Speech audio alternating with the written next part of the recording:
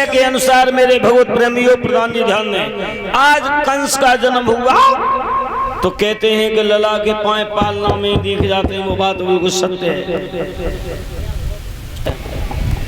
समय के अनुसार कंस का जन्म होते ही होते बड़े बड़े उपद्रव करने लगा। काऊ के बच्चे को कुआं में ढकेल देता है, किसी के बच्चे को वृक्ष से चढ़ा करके डाली हिला करके गिरा देता है, कमर टूट जाती है। ब्रज की छोरियां मथुरा में दही बेचने जाती हैं, बड़ी माल लगाता है। एक दिन सब ब्रजवासी शिकायत लेकर के गए महाराज उग्रसेन से, कहा कि महाराज तुम्हारे राज्य में अब हम लोग रहना नहीं चाहते, तुम्हारे राज्य में तुम्हारा बच्चा हमारे बच्चों को बहुत सता रहा है। महाराज उग्रसेन ने अपने बेटा कंस को बुला लिया और कहा कि मंत्री मेरे बेटा कंस को मेरी सभा में पेश किया जाए।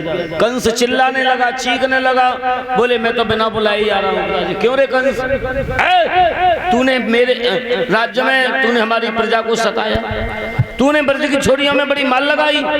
बोले तो इसमें बुरा क्या किया? अरे क्या बड़ा किया, तुम बूढ़े हो गए, तुम क्या जानो राज्य का चलाना, और हटो अब इस राज्य को हम संभालेंगे।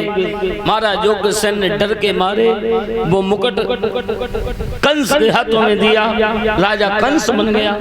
इधर उसने पहले ही घोषणा कर डाली, बोले देखिए प्रजा के लोगों, सबसे पहला मेरा आदेश यह है कि मेरे पिताजी को पकड़ो, ले जाकर के जेल खाने में डाल दो।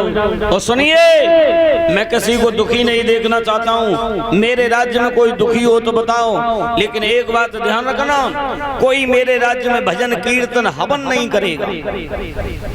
कोई लाल पीले वस्त्रों में मिल जाए, बिना पूछे पकड़ लो, जेल में जाकर के बंद करो। कोई भी भजन कीर्तन नहीं करेगा। और कोई दुखी नहीं रहना चाहिए, कोई दुखी हो तो बताओ। अरे बताते क्यों नहीं है संसार? बोलो बोलो। ये बड़ी बूढ़ी अम्मा बहुत दुखी है। क्या? ये अम्मा बैठी बहुत दुखी है, मिठाई ला लगी अम्मा।